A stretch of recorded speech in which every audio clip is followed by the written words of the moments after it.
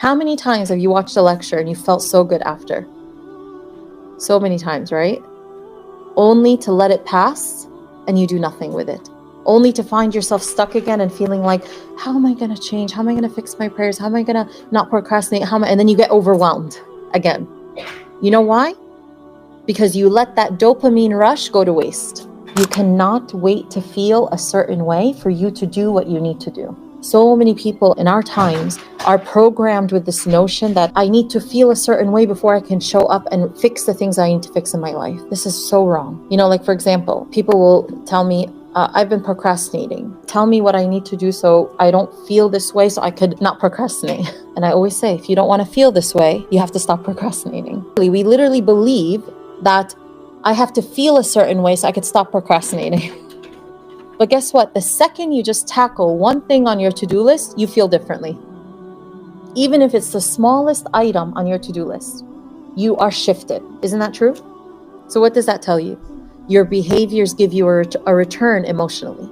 It's not always, yes, of course, Allah subhanahu wa ta'ala, at times, He gives you motivation. He inspires you. You come to a class, you feel inspired. And this is why I always say, if you learn anything and you feel inspired, or you feel like your heart shifted throughout the day for whatever reason, and if you don't follow that inspiration, that motivation, that positive feeling with a positive action, you will lose the gift that Allah gave you. You did not maximize on the gift Allah gave you. And this happens. How many times have you watched a lecture and you felt so good after? So many times, right? Only to let it pass and you do nothing with it. Only to find yourself stuck again and feeling like, how am I going to change? How am I going to fix my prayers? How am I going to not procrastinate? And then you get overwhelmed again. You know why? Because you let that dopamine rush go to waste.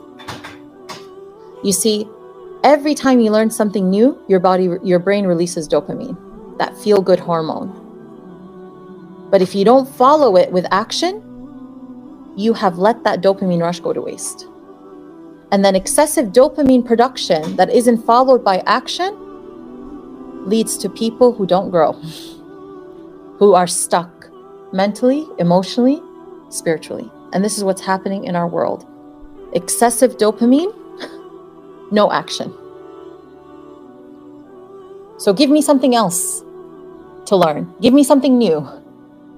Give me a new feeling so I could show up, but then there's no showing up.